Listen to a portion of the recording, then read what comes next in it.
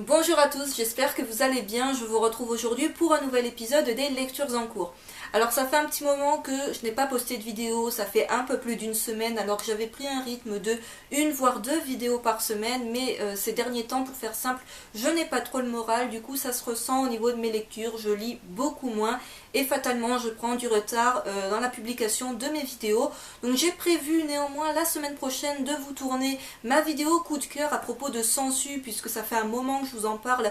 J'en ai parlé la dernière fois dans mon book haul du mois de mars quand la série s'est terminée. Donc j'y tiens à cette vidéo et je vous la tourne la semaine prochaine. Et tant qu'à faire, je vous tournerai également le book haul du mois d'avril que vous avez été nombreux à me demander. Mais les book hauls, ça me semble être vraiment vos vidéos préférées, tout comme moi, ce sont les vidéos que je préfère faire. Aujourd'hui, ça sera une vidéo lecture en cours. Alors il devait y en avoir comme d'habitude beaucoup plus, mais j'avais pas vraiment la tête à ça. Du coup, il n'y a que, on va dire que 7 mangas dont je vais vous parler dans cette vidéo. Vous allez voir qu'il manque entre guillemets des mangas qui sont sortis au mois d'avril, que vous avez pu voir dans mes achats, que j'ai posté pour rappel sur Instagram, Twitter et Facebook. Je vous renvoie à ces réseaux sociaux si vous voulez voir à peu près tout ce que j'achète par semaine. Donc vous allez fatalement voir qu'il manque des trucs. Tiens, tu as acheté ça, tu n'as toujours pas présenté. Ça sera dans un autre épisode des lectures en cours ou ça sera dans le book haul du mois d'avril. Donc voilà. Comme d'habitude, je vais commencer avec la partie shoujo. Cette semaine, il y en a deux qui sont des sorties assez récentes, du moins pour celui-là. Donc tout d'abord, je vais vous parler du second tome de Rainbow Days de Minami Mizuno, publié chez Kazé dans leur collection shoujo. Le titre est toujours en cours au Japon avec déjà 12 tomes de parus et le tome 3 va paraître en France le 8 juin.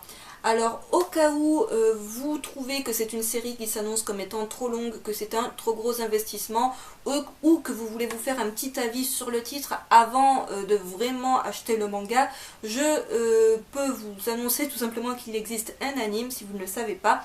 Encore une fois, si vous tombez sur ma chaîne par le plus grand des hasards, que vous n'avez vu aucune vidéo à part celle-ci, je ne regarde pas d'anime de manière générale. Je n'ai absolument pas ni le temps ni la tête à ça, donc aucun avis à vous donner sur l'anime, mais ça peut être une alternative pour celles et ceux qui n'ont peut-être pas le budget pour se lancer dans un énième long shoujo. Alors qu'est-ce que j'ai pensé de ce second tome de Rainbow Days? Eh bien je l'ai tout autant apprécié que le premier. Le premier c'était pas non plus le coup de cœur du siècle, le shoujo qui a révolutionné le genre, qui m'a vraiment fait découvrir un nouveau type de shoujo. On est sur un titre qui est très clairement School Life Comedy. Voilà, on va suivre le petit groupe de copains, de garçons qui sont alors au collège, au lycée, je ne sais, au lycée. Merci, c'est sur la 4e de couverture. Ils sont au lycée, on va suivre un petit peu leurs déboires amoureux, leur quotidien. C'est avec beaucoup d'humour, les personnages sont super attachants. Voilà, il n'y a pas grand chose à dire à propos de ce second tome. C'est un shoujo somme toute assez classique. Je vous parlerai par exemple dans mon book haul du mois d'avril du titre Ugly Princess, qui pour moi est un petit peu différent niveau shoujo de ce qu'on peut voir habituellement. Après, ça reste une très bonne lecture, c'est rafraîchissant, c'est très drôle. Le petit groupe de copains est super attachant, on a envie de voir comment les relations avec les différentes copines qui vont se trouver vont évoluer.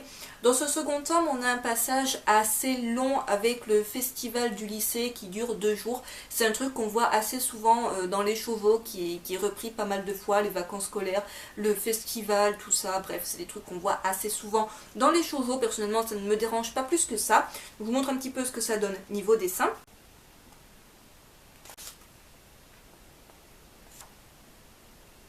En somme, si vous cherchez un shoujo qui soit rafraîchissant, qui soit vraiment pas prise de tête, après il n'y a pas besoin de se rappeler des événements du tome précédent pour pouvoir lire le tome suivant, ça c'est plutôt pas mal, c'est qu'il n'y a pas vraiment de... comment vous dire? Je dirais pas de fil rouge, mais disons c'est un petit peu du tranche de vie, du quotidien. Donc finalement, si on oublie un petit peu les événements du tome précédent, c'est pas bien méchant, mais en attendant, c'est un très bon titre que je ne saurais trop vous recommander. Second et dernier shoujo de cette vidéo, il s'agit du 3e tome de Tel que tu es de Kaname Ilama, c'est publié chez Kana.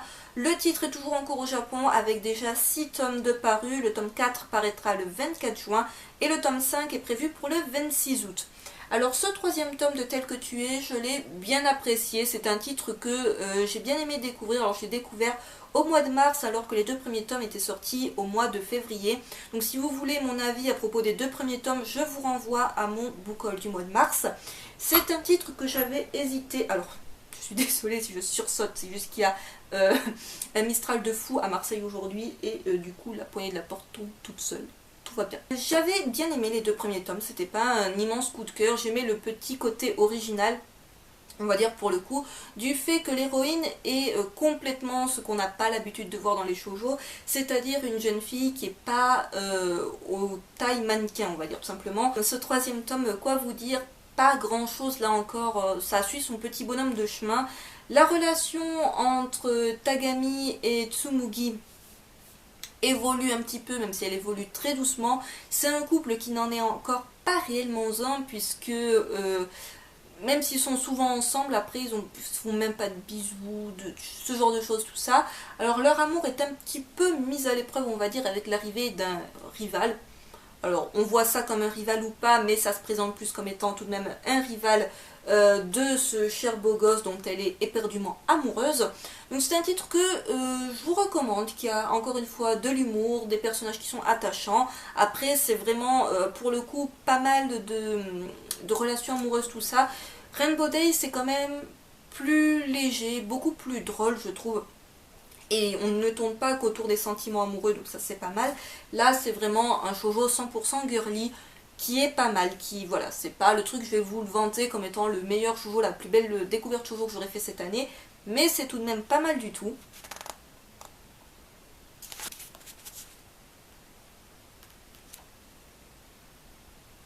Vous l'aurez compris, j'ai bien aimé ma lecture de ce troisième tome de Tel que tu es. C'est un titre que je continuerai puisque pour l'instant, au bout de 3 tomes, je ne m'en suis pas lassée. Après, voilà, c'est pas le gros coup de cœur là encore shoujo du siècle, mais c'est vraiment pas mal. J'attaque à présent ce qui va être la plus grosse partie de cette vidéo, qui va être donc consacrée au shonen, avec tout d'abord le 6e tome de Seraph of the End de Takaya Kagami, Yamato Yamamoto et Daisuke Furuya. C'est publié chez Kana. Le titre est toujours en cours au Japon avec déjà 11 tomes de parus et le tome 7 est prévu en France pour le 8 juillet. Et là encore, il existe un anime, voilà, au cas où vous pensez qu'il y a beaucoup trop de tomes ou que vous avez tout simplement envie de vous faire un avis sur la série avant de la commencer en manga papier. Donc ce 6e tome de Seraph of the End, c'est vraiment ma toute dernière lecture que j'ai fini pas plus tard qu'il y a 1 ou 2 heures. J'ai bien aimé ce 6e tome, je vous montre un petit focus sur la couverture qui est vraiment super sympa. On a toujours ce parallèle, les humains d'un côté et les vampires de l'autre. C'est vraiment un truc qui est assez distinct dans le manga. Alors on a toujours le personnage de Yu qui essaye d'apprivoiser son démon. Y arrivera-t-il, n'y arrivera-t-il pas? Il y a également un autre personnage dont j'ai complètement zappé le nom, Kimizuki, qui va également essayer de dompter son démon, qui va lui permettre en fait de contrôler son âme, d'avoir plus de pouvoir et donc de pouvoir vaincre les vampires. On apprend pas mal de choses aussi sur leurs origines, tout ça. Le fameux Seraph of the End, donc le séraphin de la fin. Cette phrase n'était pas du tout compliquée à dire. On apprend un petit peu ce que c'est, ça reste encore assez mystérieux, donc c'est vraiment un tome qui est assez sombre je dirais. Ce tome 6, j'avais un petit peu de mal au début à me remettre dedans parce que ça faisait un petit moment que je m'étais enchaîné la lecture d'un coup des 5 premiers tomes, mais c'est un tome que j'ai beaucoup apprécié, il y a de l'humour, c'est assez sombre, si on aime les mangas de vampires qui sont un petit peu changeants au niveau du mythe du vampire, de ce qu'on a par exemple dans certains shoujo, certains trucs assez gentils, ça peut être vraiment pas mal. Après c'est un shonen qui a des ficelles assez grosses, assez classiques. Il y a des trucs qu'on voit vraiment venir pour ma part à 3 km. Bon, voilà, après c'est pas un scénario de fou, c'est pas hyper, là encore, original. J'ai l'impression de... Je ne dirais pas de critiquer, mais disons trouver de l'originalité dans ce que je vais vous présenter par la suite, non. Enfin, pas tant que ça, bref. En attendant, c'est un tome que j'ai beaucoup apprécié. Je suis super fan du chara design. Puis voilà, j'aime bien retrouver les personnages, cet univers, voilà, c'est un petit peu cette tension qu'il y a entre les vampires et les humains. On comprend que ça va éclater dans le prochain tome. Côté dessin, on a tout d'abord une page couleur au début du tome.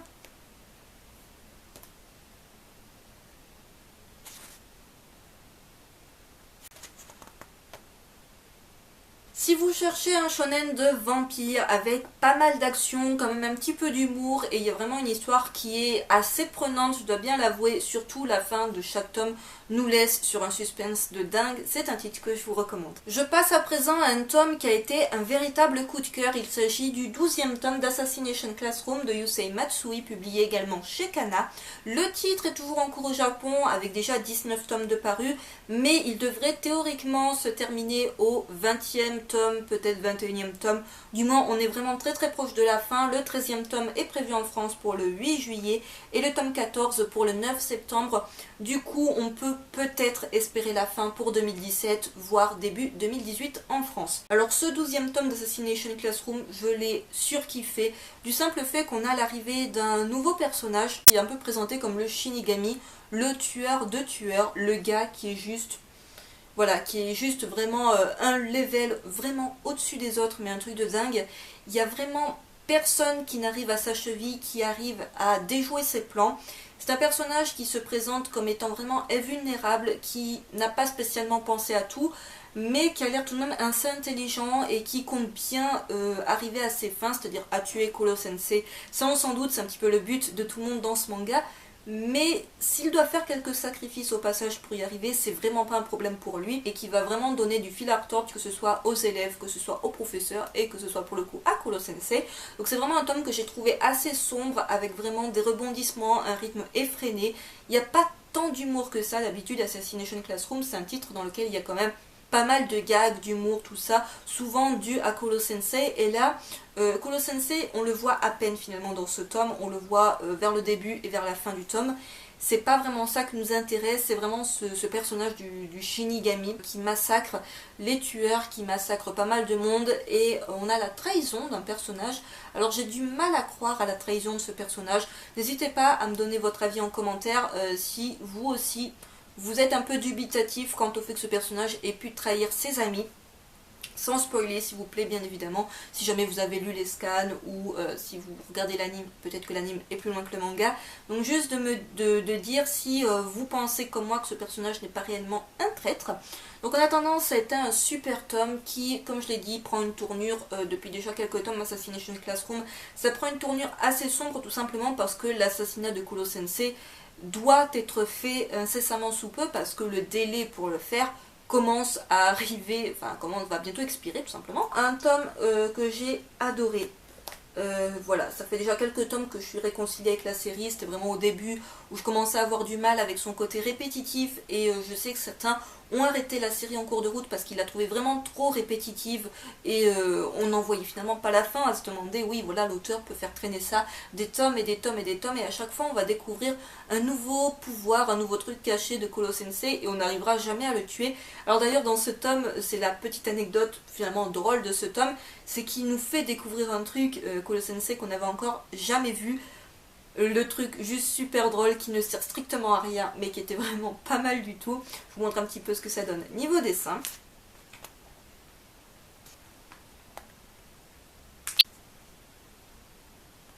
Un shonen que j'aime de plus en plus, que je vous recommande vivement si jamais vous l'avez mis en pause, si jamais vous n'avez toujours pas commencé, encore une fois, il y a un anime. Si vous voulez vous faire une petite idée sur la question avant de vous lancer dans le manga papier, il y a également un film live qui a été fait, qui va être fait, je ne sais pas.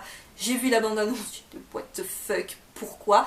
Donc en attendant, c'est un très bon shonen. Après voilà, je suis un peu rassurée non plus qu'on ait une fin qui a été annoncée en 20 tomes environ.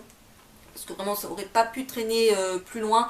Puis déjà on se rend compte dans ce 12e tome qu'on a fait pas mal le tour de la question.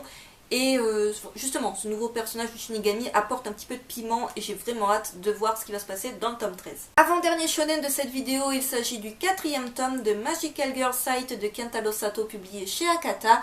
Le titre est toujours en cours au Japon avec déjà 5 tomes de parus. Au moment où je tourne cette vidéo, je n'ai pas trouvé de date de sortie pour le tome 5 qui est sorti assez récemment au Japon.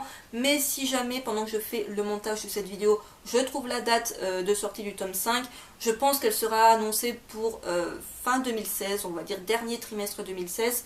Je vous mettrai la date. quelque part par là. Petite parenthèse avant de rentrer dans le vif du sujet à propos du second bandeau des éditions Akata qui se présente comme ceci. Donc il y avait eu des suppositions à propos de qui serait sur le second, le troisième, le quatrième bandeau des éditions Akata. Et il s'agit de Michaela du livre ouvert. Je suis désolée si je regarde à droite, c'est-à-dire du côté de ma fenêtre. Mais il y a une nana qui est à sa fenêtre et qui ne trouve rien de mieux que je sais pas, de me fixer, c'est genre super stressant. Bref, le second bandeau proposé par les éditions Akata est avec la youtubeuse Michaela du livre ouvert, qui est une booktubeuse, je ne dis pas de bêtises, alors après j'ai pas eu trop le temps de voir sa vidéo à propos de Magical Girl Site, mais même principe de bandeau auquel j'ai moi-même participé pour la série Dans l'intimité de Marie. N'hésitez pas non plus à me donner vos retours à propos de ce second bandeau. Voilà, alors pas pour critiquer, pas pour faire un comparatif avec celui que j'ai fait, loin de là, mais pour me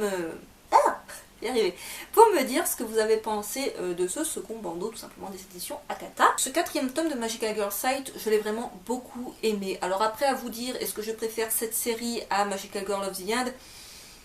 C'est différent. Disons que déjà, il y a moins de tomes, donc si vous devez choisir, que vous n'avez pas beaucoup de budget, je vous recommande celle-ci. Les deux séries se valent. Les deux séries sont complètement barrées l'une et l'autre. Leur rythme est complètement dingue, un peu plus dingue dans Magical Girl of the End, qui a vraiment ce côté what the fuck qui fait que le titre mérite très bien d'être dans la collection What the fuck d'Akata. Là, on n'est pas sur quelque chose de plus calme, de plus gentil pour autant. C'est un univers qui est toujours aussi sombre, aussi décalé, aussi bizarre. Alors, la série est complexe. Elle n'est pas aussi complexe que Magical Girl of the End. Je tiens à le dire, les deux séries sont quand même assez complexes, mais fort heureusement, au début des tomes, on a quand même un petit récap avec un résumé et les personnages, le genre de petits trucs qui payent pas de mine, mais qui servent franchement quand on est à jour niveau lecture. Et ce quatrième tome, je l'ai trouvé tout aussi sanglant et passionnant à suivre que les trois précédents. Et c'est surtout dans les dernières pages que le rythme s'accélère, que ça prend une tournure de dingue et que ça s'arrête et que vous devez patienter, vous ne savez pas combien de mois, pour avoir la suite. On en découvre un peu plus à propos du projet Tempest, qui était vraiment le truc un petit peu mystérieux, qui s'annonçait comme étant une apocalypse, comment y survivre, comment l'éviter, ça on en apprend un peu plus dans ce tome-là. Il y a des personnages qui semblent au courant plus que d'autres. On découvre également de nouvelles Magical Girls, on découvre qu'il y a beaucoup de Magical Girls, pour ça on s'en doute un petit peu, qu'il n'y avait pas juste les quelques héroïnes qu'on suit dans ce titre, il y a beaucoup plus de personnes que ça qui vont être impliquées, il y a des personnes qui vont se faire massacrer, on va comprendre que les administrateurs, les administratrices du jeu ne sont pas tendres du tout, et finalement même si à la base c'était un site pour les jeunes filles malheureuses qui avaient envie de se venger de certaines personnes, se venger de la vie, tout ça, finalement c'est pas sans contrepartie du tout.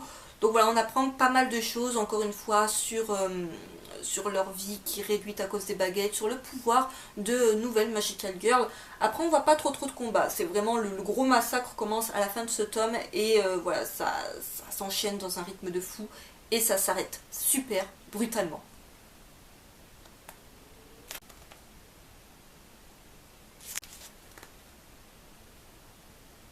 C'est un tome qui mêle habilement action, on va dire un petit peu côté science-fiction, fantastique, horreur, bref, tout ce genre de choses. Vraiment un très très bon titre que je vous recommande si jamais vous ne le connaissez pas encore. J'en oubliais presque de vous montrer que dans le tome de Magical Girl Site, il y avait une petite pub pour l'une des prochaines licences des éditions Akata. Il s'agit de Zombie Cherry, dont le premier tome est à paraître au mois de juin et que vous retrouverez bien évidemment sur ma chaîne. J'enchaîne avec le dernier shonen de cette vidéo et là encore il va y avoir des débat. Est-ce que c'est un shonen? Est-ce que c'est un seinen? Pourquoi elle dit que c'est un shonen alors que c'est classé seinen? Donc il s'agit du second tome de Remember. Alors à la base c'est un roman de Welsard, Mystère, et un dessin de Kazuto Shimurase. C'est publié chez Kiun dans leur collection Seinen. Et là, le débat commence. Pourquoi tu dis qu'il s'agit d'un shonen si Kiun le classe dans sa collection Seinen? Alors au Japon, le titre est classé shonen. Ça, voilà, encore une fois, c'est le genre de débat qui revient sur ma chaîne sous quasiment toutes les vidéos où il y a un petit peu ces œuvres qui portent à confusion. Au Japon, et ça vous pouvez le chercher sur n'importe quel site, Manga News, Manga Sanctuary, Notijon, ce que vous voulez. Au Japon, le titre est classé shonen tout simplement parce qu'il est publié dans un magazine de prépublication qui est un magazine shonen, dont j'ai complètement zappé le nom, mais là pour le coup on s'en fout. Et pourquoi du coup en France il se retrouve à être dans la collection Seinen de Ki-hoon? Est-ce que Ki-hoon a fait une erreur? Pas du tout, tout simplement que le titre est un titre qui est assez horrifique, qui est un petit peu violent, qui est très sanglant. Du coup, peut-être que pour leur ligne éditoriale, tout simplement, Ki-hoon s'est dit que c'était plus approprié de le mettre dans un catalogue seinen plutôt que shonen, du fait tout simplement du contenu du manga qui s'apparente plus, voilà, à du seinen plutôt qu'à du shonen. Mais sachez que le titre est classé shonen au Japon. Fin de la discussion. J'en ai un peu marre d'ailleurs de répéter 100 fois que au Japon c'est comme ça, en France c'est comme ça, c'est un choix de la maison d'édition française de classer le titre différemment. Il me semble qu'en France, Shingeki no Kyojin c'est classé comme étant du seinen dans la collection seinen de Pika alors que c'est un shonen. Voilà, c'est pas le seul titre de ce genre-là, mais c'est pour en citer un autre. La série est toujours en cours au Japon, avec déjà 7 tomes de parus. Le tome 3 sortira le 9 juin et le tome 4 le 25 août. D'ailleurs, on m'a posé encore la question il n'y a pas longtemps à propos de Orange. Voilà, je finis la parenthèse de confusion des titres. Pourquoi certains, je dis que c'est ça alors que c'est ça. Concernant Orange, vous avez été nombreux, alors ça doit être suite à mon dernier book haul où je parle du dernier tome d'Orange, à me dire pourquoi tu dis que c'est un seinen alors que c'est un shoujo ou vice versa. Alors, une dernière fois, je raconte pourquoi j'ai dit ça. À la base, Orange, c'était dans un magazine de prépublication shoujo. Le titre a été stoppé au Japon. Il a été repris par une autre maison d'édition, magazine de prépublication, je ne sais plus. Et il a basculé dans la catégorie seinen. Du coup, on peut dire qu'il s'agit d'un shoujo ou d'un seinen. Les deux classifications lui vont complètement parce qu'il est passé par les deux classifications au Japon. Voilà, fin de la parenthèse des seinen, shonen, shoujo, etc. Ce second tome de Remember, pour en venir enfin au but de cette vidéo, je l'ai vraiment beaucoup aimé. Alors, encore une fois, c'est un shonen d'horreur assez vu et revu, dans le sens où cette espèce un petit peu de course-poursuite avec une sorte de fantôme, d'être maléfique qui massacre tout le monde. On a vu ça dans pas mal de titres, c'est pas hyper original, mais ça a ce côté super angoissant, super prenant parce qu'on a envie de voir comment ils vont s'en sortir, s'ils vont mourir lors de ce jeu. S'ils vont trouver une solution pour éviter ce jeu, ils vont essayer dans ce second tome d'éviter tout simplement d'y jouer, d'y mettre fin d'une autre manière qu'en finissant le jeu, parce qu'en fait en finissant le jeu, tout simplement, il faut retrouver les 8 morceaux de leurs camarades un petit peu décédés dans le premier tome. Au tout début du premier tome d'ailleurs. Le souci c'est qu'il commence à rassembler les morceaux de corps. Le truc c'est qu'il se rend compte que le petit espace finalement dans lequel il cherchait le corps, bah ça suffit pas, c'est vraiment le terrain de jeu finalement s'étend beaucoup plus que cela. Ils en apprennent un peu plus, ils comprennent qu'il y a quelqu'un qui semble bien vivant, bien fait de chair et d'os, qui se tient derrière tout ça et qui participe à ce jeu macabre dans l'ombre. Même si pour l'instant c'est un personnage qui reste encore assez mystérieux, on peut supposer, voilà, on a encore en gros la grosse ficelle qui nous fait supposer que c'est un personnage, mais à mon avis c'est un peu plus complexe que ça, du moins je l'espère. Après c'est un tome que j'ai vraiment beaucoup aimé par son côté sanglant justement, son côté assez angoissant parce qu'on a ce personnage de la rouge sang qui se met à courir partout, à apparaître de ci de là, et une fois qu'elle s'accroche à vous, elle commence à chanter. Quand elle a fini de chanter, elle vous broie, tout simplement. Donc c'est assez angoissant. Le personnage en plus semble juste super puissant, inarrêtable, et voilà, avec une force surhumaine.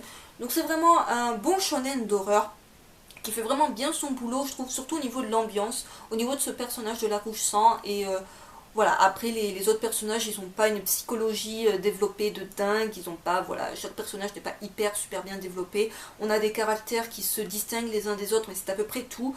Mais voilà, c'est vraiment une série que je trouve assez prenante, même si c'est peut-être pas le meilleur titre du genre que vous pourrez lire.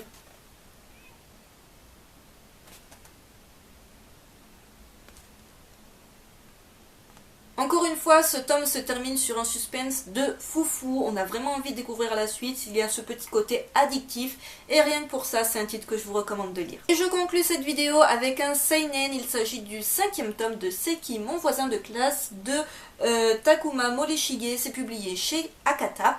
Donc le titre est toujours en cours au Japon avec déjà 8 tomes de parus. Et le tome 6 est prévu en France pour le 9 juin.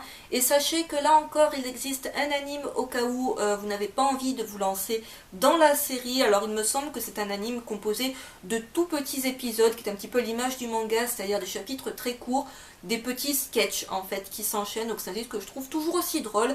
Après c'est sûr, on a ce côté répétition, on n'a pas vraiment d'originalité d'un tome à l'autre, on n'a pas un développement au niveau des personnages, de l'histoire, c'est toujours le même schéma, c'est-à-dire que Seki va amener un jeu en classe. Alors c'est parfois des jeux complètement loufoques, c'est vraiment des trucs où on se dit comment le gars arrive à ne pas se faire choper par le prof. Il y a Rumi qui est toujours à côté, qui est complètement prise par ces jeux, qui se met même à participer au jeu malgré elle. Il y a une camarade de classe de Rumi qui imagine qu'il y a une love story entre Seki et Rumi, alors que c'est vraiment pas le cas. Et il y a un autre personnage, bon, on a 4 personnages on va dire dans cette histoire. Le 4e personnage, c'est un garçon qui un petit peu pourrit les jeux de Seki à certains moments quand il se retrouve à côté de lui en classe.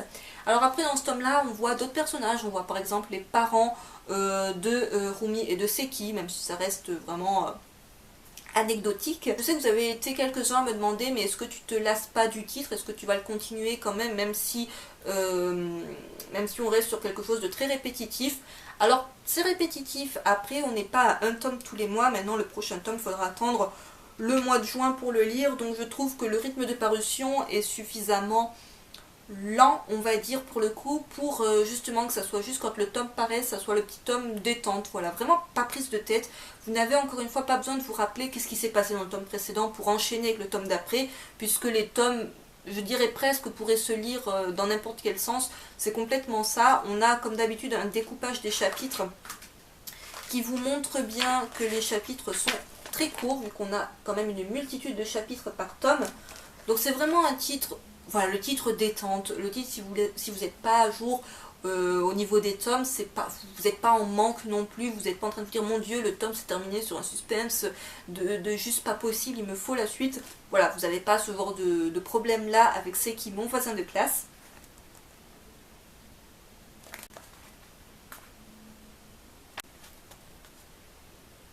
Après, c'est pas un titre que je trouve non plus hyper drôle, vraiment à se prendre des barres de rire. Il y a vraiment des shoujo, des shonen que je trouve beaucoup plus drôles que celui-ci. Mais c'est un titre voilà, qui pour moi est un bon divertissement, est un bon moment de lecture, un bon moment détente. Et rien que pour ça, je vous recommande au moins de tester le premier tome de la série. J'en ai terminé pour cet épisode des lectures en cours, j'espère qu'il vous aura plu. N'hésitez pas comme d'habitude à me laisser vos avis en commentaire, à me dire si vous avez lu certains des titres que j'ai présentés dans cette vidéo, votre avis à leur sujet. N'hésitez pas non plus à me dire ce que vous avez lu ces derniers temps, ces derniers jours, voilà, peut-être des titres que je n'ai toujours pas présentés, que je présenterai d'ici quelques semaines. N'hésitez pas non plus à me dire si peut-être dans les titres que j'ai présentés dans cette vidéo, il y en a qui vous donnent envie, ou peut-être pas. Sur ce, je vous retrouve très vite pour une prochaine vidéo. Bye!